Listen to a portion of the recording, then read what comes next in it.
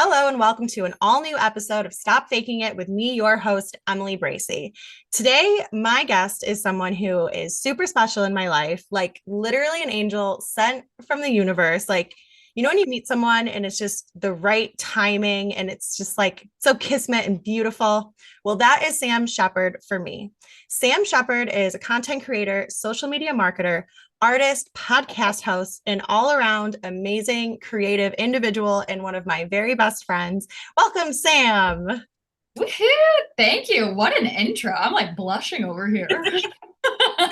I could go on and talk about all the other things, but I would love you to get into that and introduce yourself a little more and what you do and everything. Of course. So, hi everybody. My name is Samantha Shepherd. I have had the honor of meeting Emily. I think we started off as Instagram friends, didn't we? Like a while before you moved to Florida, and then I think you said you were like, "Oh, I'm moving to Florida," and I was like, "No shit." Yeah, it was from Orlando to Tampa. Yeah. Yes, that's what it was. That's what it was. Mhm. Oh, that was so exciting. But yeah, you've been such a blessing in my life and you've just added so much positivity and light. And it's so rare to find those people. So thank you for just being you and being around and being I feel present. like we're both so silly. We're both so silly. So weird. I still remember the day when you were like, "Oh, I have an inflatable wiener costume," and I was like, "Oh my god, me too!" Which I also wore mine last weekend. But I was like, "This is meant to be." I know. I think when I told Victor about that, his eyes just got wide and he's like, no, no, no, no, no, not another you, not another you. Oh God. Oh God. You guys vibe too well and I'm scared.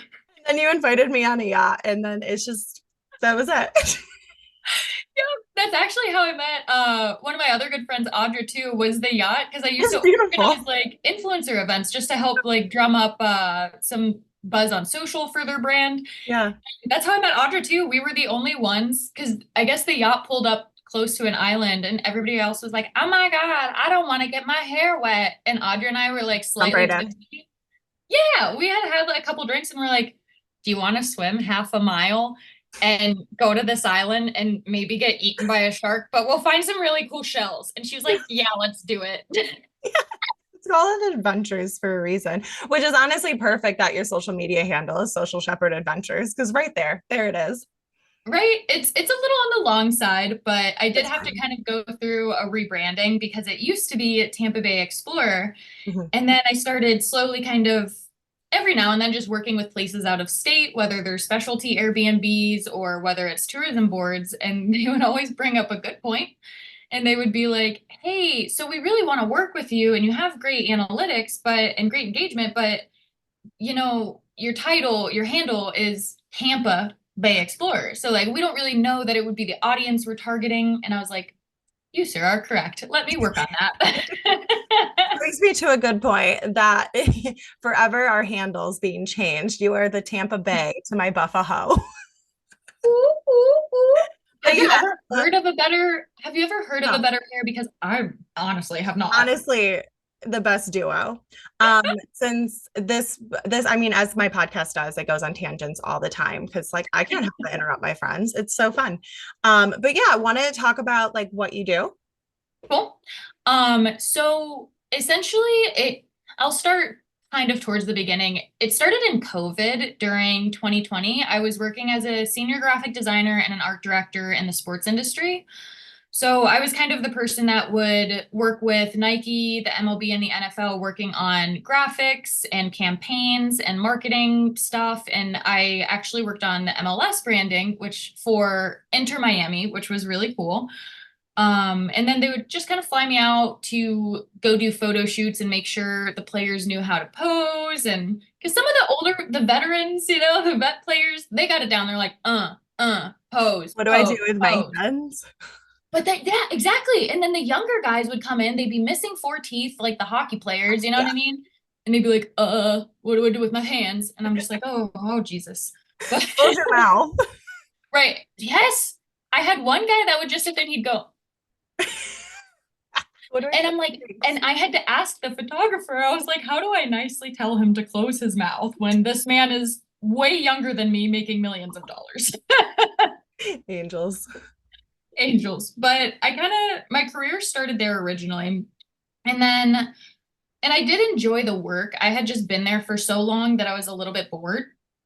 And then when COVID came, sports were canceled in Florida for about 3 months. And so I was lucky enough to keep my job during that time, but there's only so many days you can go to the pool and go to the gym. So I started on TikTok and I just got really bored and I started making funny videos and it kind of took off. And then once things started opening back up, I've always been a foodie. So I'll preface this with that. But once things started opening back up, I had this long laundry list of places that I wanted to go check out. And so I just kind of started doing that. And whether they were speakeasies, themed bars, or restaurants, I would just go and talk to the staff. And sure enough, the majority of the time, the staff would be like, I would ask them, hey, are there any cool fun facts? Or is there any like, secret entrances or just like some cool, unique anything about this place? And most of the time, believe it or not, even places you wouldn't expect, they'd be like, oh yeah, this building's super old. We have a trap door from the mafia days where we used to hide so we wouldn't have to like pay taxes to the mafia. You want to go I see it? And I'm want like, one yeah, of it's those. all in it. I want one of those doors. 100%. Like, I want That's one, so cool. right? And I think there's actually a video of me somewhere, like in a freight elevator from like the 1800s, just like going like this, like up and down. And they're like, ma'am, you're not Yeah. supposed to be in there. And I'm like, I will sign whatever waivers you would like. I Yeah. promise. I'm not going to sue you if I die. And you Um, said speakeasy too. I remember when you did your post on the Saint, that's how I found it. In St. Pete was that your post popped up. And I was like, wait, this place looks so cool. that was one of my very first videos that went mega viral. Hmm. And that was pretty crazy. I think that was Yeah. the very first one that went mega viral. And I just remember because I posted it right before I went to go visit my best friend in my hometown. And I just remember waking up and my phone, I couldn't even use my phone because the notifications were like going off so often. You're like, what And did I do? yeah. And I was like, and then my phone just shut off. And I was like, I just broke my phone with notifications. I broke the internet. Taylor Swift, here I come. Watch out. Right? All about food and drinks. Honestly, that's Right? how it should be. But yeah, I thought, 100%. I mean, obviously, I've always wanted you on my podcast, but even playing off of like I think it was 2 episodes ago with our friend Hallie Smith, and how Hallie's very into, being multi passionate and like not staying into a box. And I just think it's super special that, and I'm sure a lot of people have this story where we're just like three girls from these small ass, like northern hometowns where Yes. like you have to be in a box to survive. But if we did that, we would not survive. A We would hundred percent. implode said box. So I think it's Yes. super special how like we all found each other. But like what are your thoughts on being multi-passionate, especially because like you did work in for like a corporation for so long and like just I would love you to get into that. Yeah. So that's one of the things I kind of, whenever people ask me about, oh, what do I do with my trajectory? Do you have any advice, like my life trajectory or my career trajectory? I always tell them, especially if they're younger, because I have two little sisters, and I've always told them you do not have to have your life figured out by the time you go to college. Yeah. Like, and I think that's one of the biggest misconceptions is that you have to pick one thing for the rest of your life Yeah. and dedicate every day for the rest of your days until then. Yeah, I was just thinking about how Hallie kind of touched on that, and she goes, "I don't understand. It's all a hypothesis. Yes, Why do we take it so seriously? It's all a hypothesis." And I was like, "She's not wrong." she's not wrong. And that's the thing that I kind of had to learn on my own and realize that, oh, because at first I was like, I have so many different things that I want to pursue Mhm. that fill my bucket that I want in my life. And I had to come, I had my coming to Jesus moment where I finally sat down and I had to tell myself it's okay to be multi-passionate. Mhm. It is okay to have multiple hobbies and a career and to not want to spend 12 hours a day on one thing for the rest of your life. It's not natural. Mm-mm. And it's like if you're gifted with what you do and you do that and you enjoy it, absolutely more power to you. Yeah. And I'm not trying to negate people that enjoy doing that or that are currently doing that. I'm more so kind of speaking to the masses that are, and I think it's more so with creatives too, because as a Yeah. creative person, it's like whether you're in fashion or you're a graphic designer or you're a painter or you're a content creator, you don't want to get burnt out on the thing that you love the most. And Yeah. I think it's a natural thing to like supplement your passion with other hobbies and other things. I think for me, that's really helped me live my life to the fullest and to not be overworked, which I also have a lot of experience in that. It took me a long time because the way I grew up was obviously from a small town, but the mindset of growing up in that small town was, okay, you have to pick the most successful major you possibly can from the first day you get to college. And if you don't graduate with that major, you are absolutely screwed. And Sam goes, I'm going to be an art major. right. My dad almost Very loud and clear. My stepdad was absolutely not for that at the time, but now he's like, yeah, I'm really glad I gave you the green light at the very last minute for that one. I know Sam is an incredible artist and painter. Yeah, and that was kind of my experience with also being, multi-passionate is I originally went to school to be a painting major. Mhm. And that's kind of something not a lot of people know about me, but I had been painting since the moment I could walk. Mhm. And it's what I've always been passionate about. I've always loved it. I went to school for it. And after a couple classes or intro classes for it, I was just like, once I graduate, and at this point, I'm 18 years old.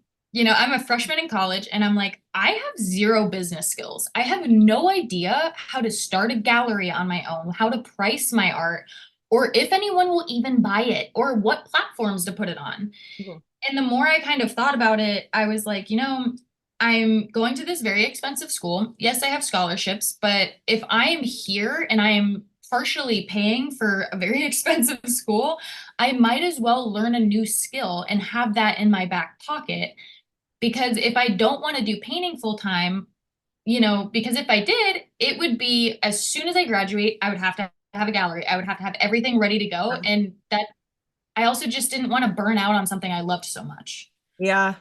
No, I totally get that. I feel like there was after I graduated from FIT, I chose like not to do the whole like intern New York City route just because I didn't Mhm. like the ethical standards of fashion of like just like normal places. And so I went home and I was just like the town seamstress, and I was getting so burnt out. Like I loved that people like trusted me with their clothes and the business and everything, but I was like, oh, another stack of like hemming 10 pairs of men's pants, and I like resented it. And I honestly, when I originally moved to Florida, I didn't bring my sewing machine down for like 3 years. I just like didn't want to look at it. I was like, and then I was like bartending and hostessing, and I felt just yeah, so burnt out where I didn't even like enjoy this thing that I've been doing my whole life. And I bet that's like how you felt about painting. I mean, as a part of you.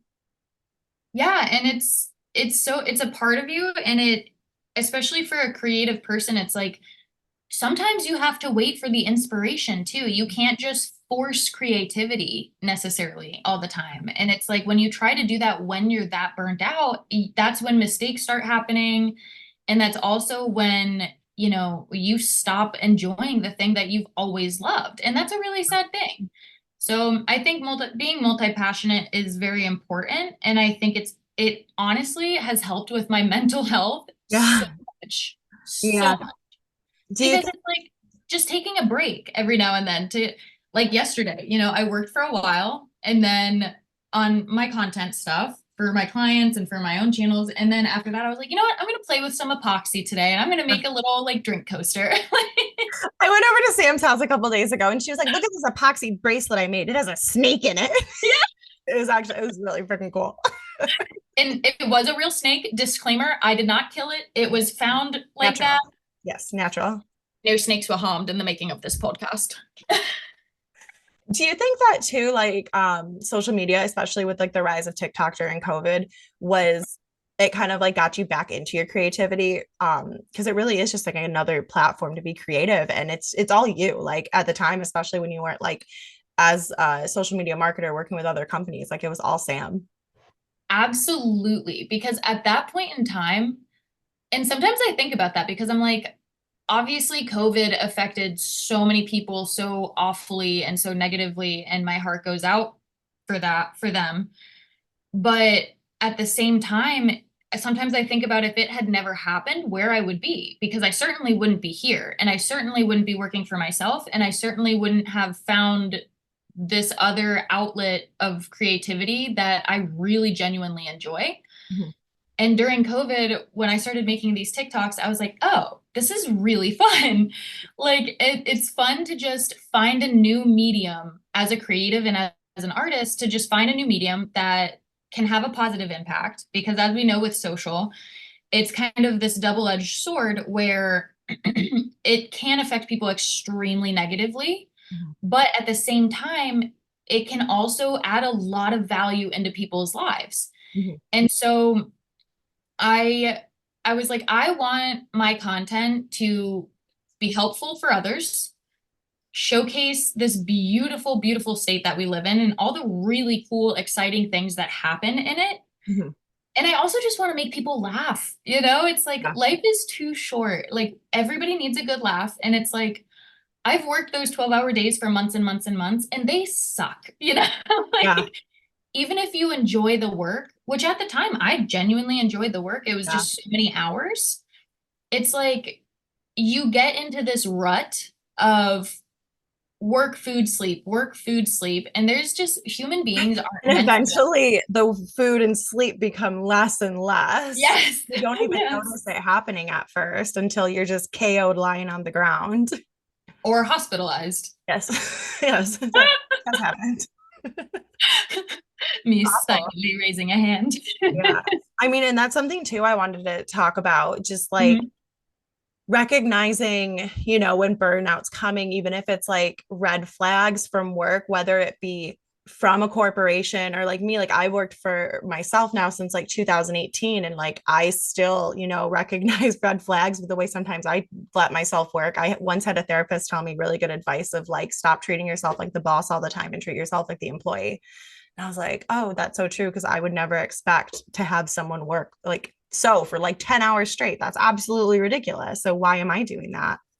Right. And it's kind of one of those, like, my perspective on that is like, if it's once in a blue moon, Yeah. absolutely. Like, in my opinion, I think I have a pretty good work ethic, and I'm not going to leave somebody high and dry, especially if a 12-hour workday every blue moon is going to make or break something for somebody else. I will Events, absolutely do that. especially, you have to.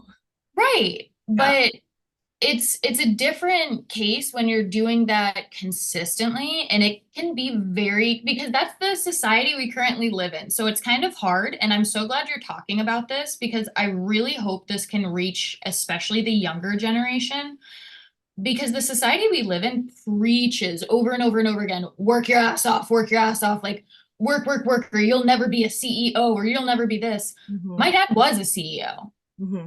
And yeah, he got to retire at 45, Hmm. but he sacrificed 20 plus years of life. For those 20 years, his psych wasn't okay, his mental state was not okay, his physical state was not okay. He missed every single dance recital, every single everything, and Hmm. it broke his heart. Like he wasn't doing it on purpose. It was just he ran a company.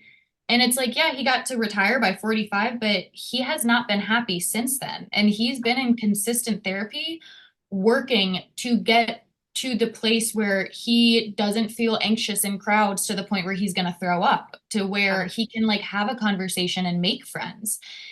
Doing that consistently for years and years, I've seen people do it, and the psychological and physical effects it will take from you Mhm. are so bad that it's like, I wish I could just like download this into the younger generation's mind and be like, if you do this, you make it up to that level, but where's your happiness? Yeah.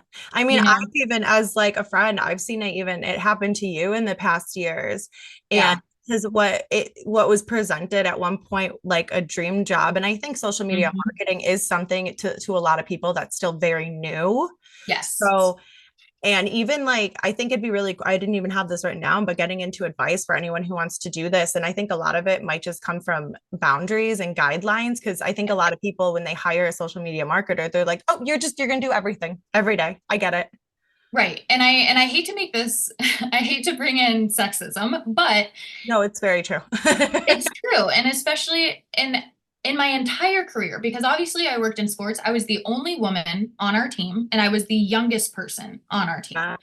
And then that moving into the content creator space, it's a little bit different, but you're still fighting to have this same, and people don't even realize it. Like my bosses that were men, they don't really see it, but it's like where my boss is expected to work, a normal 6 to 8 hour day, I'm expected to work 12 hours every single day, including weekends. I'm not allowed to plan anything on the weekends at that time. I've obviously left this job since Yeah. then, but it was presented as a dream job, and I was like, wow, this is going to be so cool. Mhm. And I genuinely loved the work, Yeah. but I think I was managing like a little under 20 different social accounts, or trying to, Yeah. on top of organizing 3 influencer events each week for each location, which there was 8 of them. Yeah. And then on top of photo shoots every other day, on top of not being able to do anything on the weekends because they needed me on call every weekend. And it eventually landed me in the hospital. Yeah. And the kicker to that, which I'm sure you remember, is when I was there, because my body essentially started to shut down because I was working so much, barely eating, barely sleeping because of the Yeah. anxiety.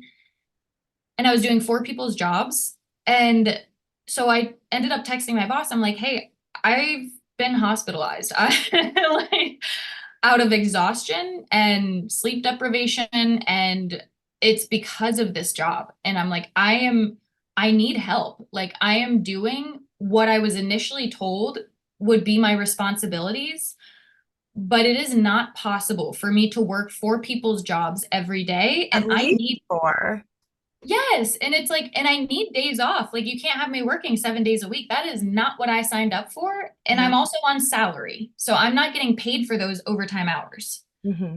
And the response to me telling him all of that, and the fact that I had been hospitalized because of this job, was, yeah, we can talk about all of that when you're out. By the way, you'll have those 15 reels ready for us by the end of the day, right? I put in my 2 weeks the next day. I'm so happy for you. And I think that's like so strong because I could even, you see yourself in that position. And like at the beginning of like getting a job like that, you are like, oh, this is my dream job. So like when Right. it starts getting overwhelming and stuff, you're like, oh, like maybe I just need to like do better or like work longer out, like, drink more coffee or whatever it may be. And it's just like, no, that's not normal and good for you. But like as Right. your friend too, I really think that like it lit something in you to really push your own business. And if you want to start talking about your own business now too, that'd be awesome. Oh, yes. And it did. It kind of lit a fire under my ass. I don't know if I'm allowed to swear, but Yeah, yeah, fuck yes. It's me, Sam. Come on, it's me. I figured. Um, but it really lit a fire under my ass because I was like, I can do all of this, and they wouldn't have hired me if they didn't think I was good at my job of being a content creator and going out and shooting these items and doing photo shoots and organizing influencers to come out and hosting these crazy events. I know I'm good at it. I know I can do this. And when I left, I really sat there and I asked myself, I was like, maybe this is an opportunity in hiding. Mhm. And maybe this is all happening right now because I'm meant to work on my own channels for my own business, Mhm. instead of putting all of these hours and literally everything I can before being hospitalized Yeah. into somebody else's dream and somebody else's business who isn't respecting me and isn't respecting my boundaries or my health, Which is huge. which is huge. I So I have this thing whenever companies are like, but we're like a family. I'm like, red flag, red flag. yes, yes. I I'm like, always what is it? Olive Garden is like, when you're here, you're a family. And I was like, what? So I should just like stumble in drunk and get ready to be screamed at? No. From my experience, whenever businesses or brands say that, it's always because they want something for free or they want you to work longer for zero pay. Yeah. Oh my God. What are some like other red flags that you like wish you could tell your like past self? Oh my God.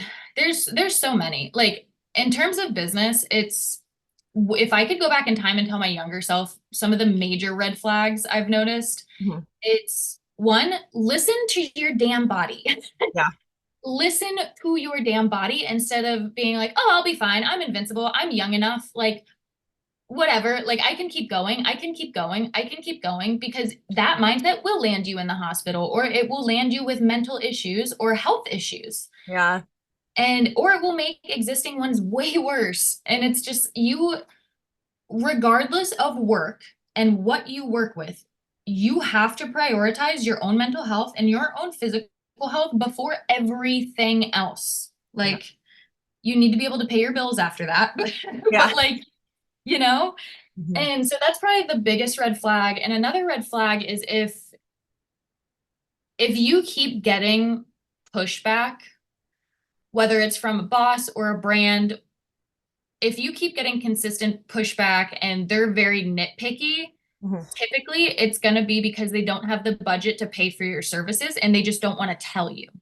I've experienced that too. And it took me a while where like I would throw out a number, like a price to a company, and they would literally, I've literally had companies been like, ha, you're not worth that. How about this?